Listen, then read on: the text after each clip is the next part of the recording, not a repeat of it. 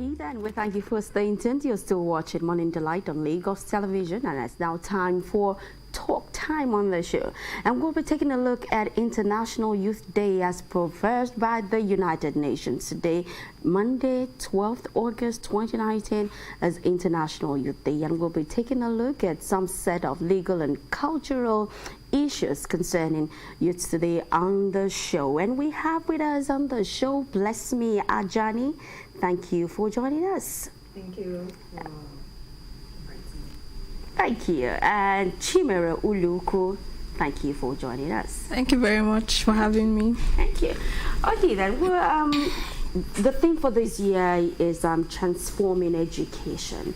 And when we talk about education, it extends beyond the four walls of the classroom. But I was sure that this education is being taken, beyond the classroom. And it's not just about the mathematics of this world, English, geography, government, and all of that. What sort of education are we talking about? Can I start from Chimere? Okay, so when we're talking about transforming education, we're looking at education that is relevant, that is inclusive and equitable. So not just going, as you said, not just going to the four walls of a school to learn, but actually having the skills, gaining skills that can be applied to the real world.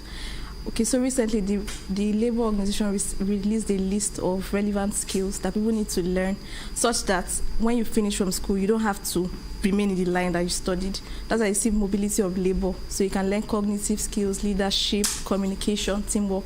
Those are some of the most important things right now. Thank you. The obvious question is, all these things she's mentioned, are they available to the Nigerian? Yeah, well, really, all of these things are available. It just depends on how well we're informed about all of these things. They say information is key, and information takes you is cheaper than ignorance. So all of these things are available. There are a lot of leadership, empowerment programs everywhere. Cognitive skills, learning teamwork, and thank God for technology. You can practically learn anything on Google these days. All you just need to do is Google it, and then you can take a lot of leadership courses. The Yali network is making all of these things available. There are a lot of Yali courses for free that you can take, and there are a lot of courses online where, as young persons, you should be able to know, beyond using your Android phone for Twitter, Instagram, and all of that, you should be able to learn some skills and values right on the internet. But then, like our country is structured, taking all of these out of the classrooms is taking a whole lot of time compared to some other countries. Since we're still struggling with that, don't you think there are some other avenues we can tap into so that we can also move them into classrooms? Okay, so basically, I think we already have a lot of policies that support all of that. If you look at the youth policy section on education, there were a lot of good things that were already stipulated to be done, such as giving loans for tertiary institutions, creating learning-friendly environments where you can access information, e-books and all. But it's not just about policies. We need to start looking at the implementation, and that is where individuals come in, that's where the community comes in, that's where government comes in. Instead of just having an entitlement mentality of waiting for things to come, we need to begin to act. So we have this term, education for sustainable development. It's saying education should be such that you train people to be able to solve the challenges in their community, and money always follows value. So when you train a generation of people in primary and secondary school that come out and they're not just seeking for jobs, but they're able to think, they're able to provide solutions, it will boost the environment, it boosts the economy rather, and then you can see infrastructural development too. So we should begin to start in our own houses, begin to focus more on our personal development, begin to bring it to our professional environment, support causes. You can do CSR in your community, and then the government needs to begin to implement policies. It's not about designing very good policy on that, education policy on this, but how far is implementation, then how are we measuring impacts? We don't really have data in Nigeria, so we wouldn't even know, is this thing working or is it not working? So I think for me, it's not about designing any policy anymore. Okay, let's begin to this, but the ones we've drafted, let's begin to implement them. So I'll continue to pick from what she said, so, like the entitlement mentality, and ability to think things through, and of course policy implementation. Very genuine words. So I'm going to throw it back a little bit. Let's just do a little back. So what do you think about the Nigerian youth? Okay, so just as we were discussing before we came live, I was talking to her about transformation education in terms of we're now looking at teaching education or delivering education in such a way that we're looking at behavior change. You know, most of the problems we have in the society are social problems, and it has to do with our mindset and our behavior. You know, we should be looking at changing behavior, and that's why if you implement all the current policies that we have, we will see that there will be a level of change in behavior if we are very focused beyond just the formal knowledge. And looking at entitlement mentality and all of that, it's part of the way education was delivered to the Nigerian youth. And then this is a generation where we need to take it beyond just teaching us the formal mathematics and all of that, but we just need to inculcate behavior change into how we deliver all of these things and all of that. For instance, the issue of dropping litters, you know, it's you wonder why somebody goes to school, you know, you pass through the whole education system and then you still come out and then you still drop litter for that uneducated woman to pick it up. Really, it means that you've just been educated, but you have not changed your behavior. And same thing with entitlement mentality. What we used to have is once you go to school, you get a job. In fact, in the days of my parents, my daddy once told me that he had about 3 international organizations with jobs waiting for him at his graduation. But no, this is a generation, a lot of things, we are overpopulated compared to the resources that we have, and knowing fully well that we are not maximizing our resources very well. So as young people, we need to move beyond that and start seeing how education can help people to be job creators and not job seekers. And because personally, I've seen so many young people speak good English. Like I did. No, I'm going somewhere. It's not about you. But they're antisocial. They say all the good things on social media, but they are really not productive in whatever they've decided to do. Because sometimes you hear comments and you begin to wonder. The first thing that comes to mind is, where is it coming from? Is he living in a different world?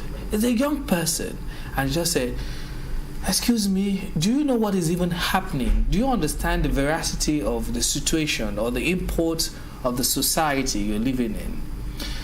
I don't know who is going to answer this. There seems to be some disconnect. Young people are literally detached. So I don't want to put all of them together, but they're a little bit detached from the reality. The realities on ground. Well, where is this disconnect coming from? Well, I think it's what we met. Let me put it that way, because you find some things are just generational. There are some issues that we discuss now in Nigeria that they've been discussing for years, and it continues. It has to do with the mindset, as you already said, behavioral change.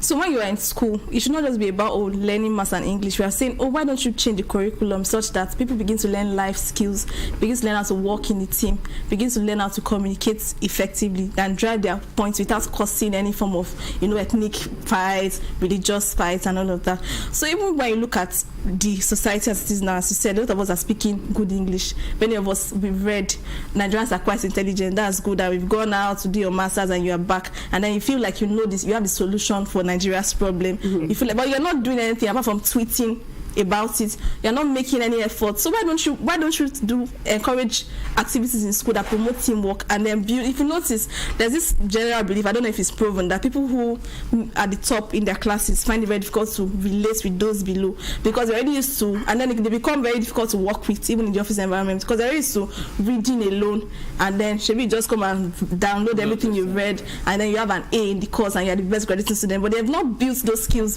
that's to do with working people and all. So it's very difficult to come. I was telling them that there's a proverb that says it's not when the tree has grown up you begin to try to bend it. And no, it's from primary school, secondary school. There's a data that 1.24 billion people are currently in primary and secondary school. I feel like we should begin to work with those ones to change.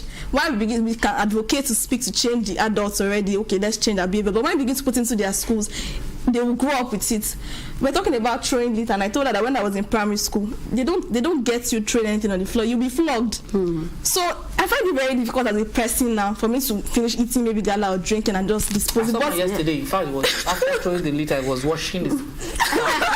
You moved down the car. I started. Oh God. I moved to Lagos in November, like fully last year, and then I was telling her that when I was coming back from work one day, I was sitting down with a friend and we were just discussing, how are you? And then somebody finished drinking. I think he took a drink and finished and just threw it out of the window. So I'm quite used to allowing people, because I don't really know with their, but I think she wasn't, just because she just came to serve. So she wasn't used to such a thing. And she was like, why did you throw the death like that? And Animal was like, if I don't throw it away, why would the woman coming to sweep? Why would she come and sweep off? The same. That's the thing of, it's not a matter of, okay, putting beans and all. Once the mind has not been infected, once the person has not been able to change, it's to be very difficult. I told her that we run an NGO that builds libraries. Even if you build 1 million libraries, if there's no willingness to go and read, it might not still be empty. Yeah, they will just misuse it. Okay, on the flip side, somebody is hearing you, listening to you, and talking about how you should begin a change from your little environment. But there's somebody who started that, and you know there's still this resistance. How can you break even? How can you break into that world that is so imaginary? Well, over the years, we've realized that anyway, no matter what advocacy that you do, from the stage of pre-knowledge to bringing somebody from a pre-knowledge stage to an advocacy stage, if you talk to 100 persons that are at the pre-knowledge stage, by the time you talk, you know, you do all the whole, everything right, you talk to them, you give them everything they need to change behavior and all of that. At the end of the day, you are going to see 5 persons come to the advocacy stage. You know, it's a whole lot of process from pre-knowledge to knowledge and then now use and all of those things. So it takes 5 people, but the truth is we cannot stop talking about it. We keep doing what we get to do till we break even. And one thing I believe now is if we start looking at how our delivery of education can effect changes, can bring in behavioral aspect into it, you know, a generation will come that I'm very sure of. A generation will come that, yes, we will break even. Of course, everybody's already grown now. It's not easy, just the way she said. You can't be an adult. You can only keep talking. But, you know, by the time we start the change from when people are younger, and this is our generation, by this our generation, and then we start seeing doing things right. You know, sometimes I still find it very difficult when I hear some young person says, oh, don't worry, when we get there, we still do money together. You know, it's very funny. We see they are just a product of what the society have made them to be. They didn't intentionally want to be like that. So I believe that by the time we start delivering our education in a better system, in a better way, in such a way that it brings into perspective behavior change, we are going to have a transforming education and all-around education beyond the math and all of that, looking at the total well-being of the child, looking at our sexual and reproductive health, looking at governance and youth involvement and engagement, financial literacy, and all of that. So just beyond, yes, I'm going to be a medical doctor and all of that. You see that we're having medical doctors that can take up leadership positions, even right there in the society, from her own little, or him or her now, hemisphere, or our own space. So it will bring all of those things. And looking at our generation, one of the challenges of Nigeria is good leadership. So if we start imbibing good leadership skills into children of these days, I believe a Messiah will come and then we'll all get to the Nigeria of our dream. I was just watching a clip of a young guy. You know, people will say, okay, there's a problem of traffic situation in the country, and you know what he did? He went to school in, I think, Netherlands, and he saw that a whole lot of people, even the Prime Minister, uses bicycle. And he set up this bicycle app within a school environment. If you want to start that in somewhere, let's say Lekki or Yanapaja or something, there are issues to grapple with. But starting from that environment is key. It can be controlled, even security-wise, can be controlled. He looks beyond, you know, the challenges outside, and you know, settling in for schools. For him and some other people who were looking for ways of providing solution to issues around. How do you think, for him, it's sort of, you know, the school environment. Yeah. Where else can you think of? Okay, so we can start even in marketplaces too. We can go to hospitals too. So the best way to effect change in our communities is working with the locals of that community. Make them own the project are trying to make them responsible for it. So don't just bring foreign people to come and do, they want to coordinate. They might not pay attention to them. They might not even speak the language, so they might not even respect them. But when you pick a leader from amongst them, there's a sense of ownership, and then they'll begin to be loyal to that person. And before you know, your project is driving. I think that's what they should focus on, working with locals in the marketplaces, in the hospitals, and other structures that are already in existence in the community. Who do you consider a youth? Because it's what youth day. Who's a young person? Who's a youth? So, according to the newly launched National Youth Policy, a young person, a youth, someone between the age of 15 to 29. Yeah. Okay, so it's moved from 16 to 24. No, okay, so now looking at the policies now, according to, it used to be 18 to 35, but there's a newly reviewed youth policy that was launched very recently, sometimes some few months ago, so it was reviewed downward from 15 to 19. But yes, the United Nations, well, so when we are now looking at the international community as large, a young person is between the age of 15 to 24. So, but coming to our Nigerian context, it's between what age now? In the international context, a young person, a youth, is between 15 to 24. But when that comes to our own Nigerian context, our policies considered young person as 15 to 29. So what happens to 30 to 40? They already are an adult. They are young adults. Young adult. They are already an adult. They are no more a young person. Oh, okay. So sorry, your time has passed. But we still have a lot of 50s, 40s, and even 60s. You know, Is even they about say the something age? now. I'm a youth at heart. Yeah. You know, but they still have a whole lot to contribute to the development of the society. So let me say this: it's okay if you are a youth at heart. We appreciate older people that are youth at heart and all of that. But really, if you are really talking about, this is a time that the world is moving to meaningful youth engagement. If you are really talking about engaging young people meaningfully, please allow them that age. Let them handle positions and all of that, so that by the time they get to your age, they're already becoming a stakeholder that will now be giving advice and all of that, not trying to still compete with the younger generation, which we see most of the older adults that are forming their youth attack and all of that doing. So it's all about, oh, okay, we still want to remain relevant and all of that, but you know, the age you can build capacities to an extent that you become a stakeholder in what you are doing, and then you are at the advisory level. You know, once you just pass 29 now, it's okay, be at that advisory level. Let people that are still young take position. It's okay to be youth at heart, because that shows that yes, you are going to be very supportive of our initiative and all of that. And let's not forget that young people don't exist alone. They always need the older people around to help them shape it and all of that. But let it be their ideas, and then you using your own experience to now say, oh, this thing you want to do, but what if you do it better and all of that. Like my dad will always say, what an old man that is sitting down on a stool can see, a young person climbing an Iroko tree might not see it. But yes, so that's just it. We should all work in collaboration and all of that. We've touched a whole range of issues right now, just talking for the past 20 minutes. Wow. But I've got two questions, but I'll do that interspersed with what she's going to ask you. So a famous politician, a known politician, said leadership position in this country is not served a la carte. In other words, you put your money where your mouth is. So find a lot of young people. In fact, they can see the flow in virtually all the leaders we've got in the country. They're very versatile on social media. Twitter is their favorite pastime.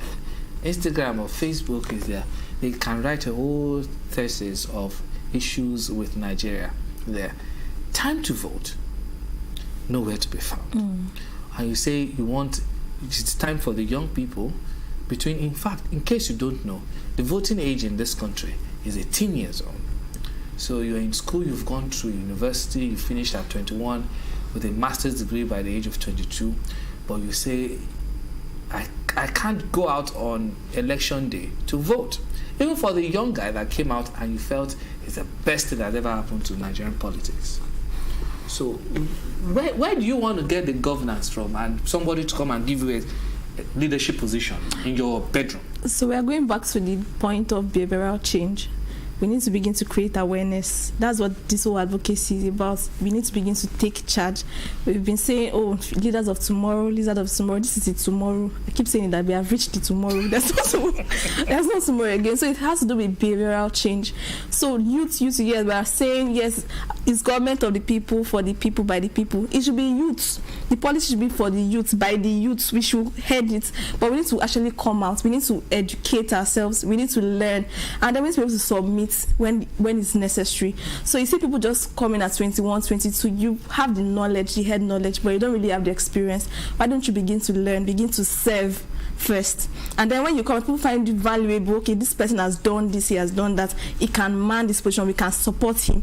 But in a case where you just go to school and you just come back and speak all the English and you don't come out of your house to vote, you don't participate in anything, we might just keep having discussion every year, and then nothing is changing.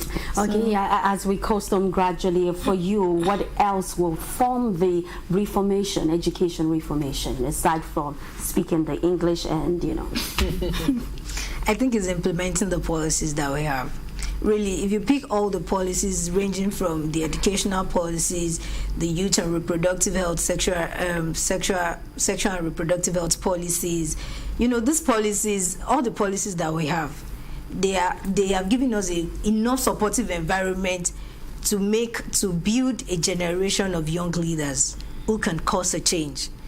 And then that's where we need to start from, implementing the policies the way they're expected to be implemented. The obvious question is, who is going to implement it? The government have to take leadership in implementing all of this. So who calls them? Who tells them that this segment, this portion of the policy, as enshrined in the constitution, in this policy formation? The civil servant, the government are the custodian of the policies, anyways. So what roles do you play? We need to call them, make them accountable. So at one, so how do you do that? We call them out, even on social media. We write FOI, that's request for information.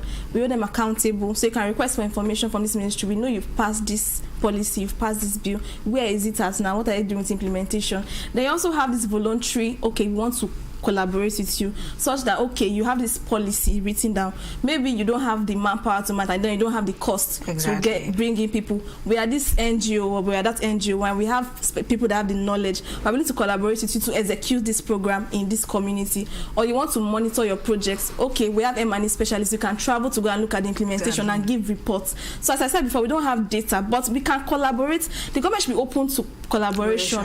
When you are up there, you might not necessarily know what is happening at the grassroots, but to begin to listen to those who are down, we are the youth, is us that the shoe is biting. We can begin to say, okay, this is the problem and that's the problem. This is how we can support and come in. And then we hold you very accountable. We name and shame people. So when you are doing well, we come and say, oh, this Have you done any name and shame? Yeah, people. Has it worked? Yeah, it does.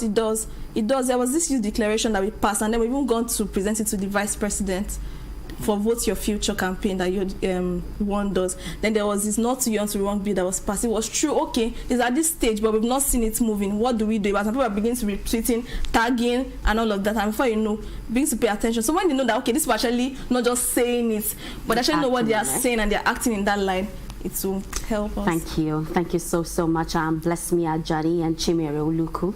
Thank you for joining us, and of course sharing this day, the International Youth Day, with us. Thank you. Okay, that's the much we can take on the program today. We thank you for being a part of it, and if everyone around you is doing something wrong, ensure you're doing the right thing. Be a good Nigerian. I'm Aditola Kayode. As a young man, I'm going to put it out there. Okay, I was 29 yesterday. So yesterday was my birthday. I just said, stop looking at me. Well, that's not my real age. But as a young person, so your future is in your hands. So don't just sit there and write all the good English. Stand up and do something. Yeah. As I always say, when you see something, say something and do something. If I'd learn a skill, join self. I am Joshua Murakio. Have a wonderful holidays.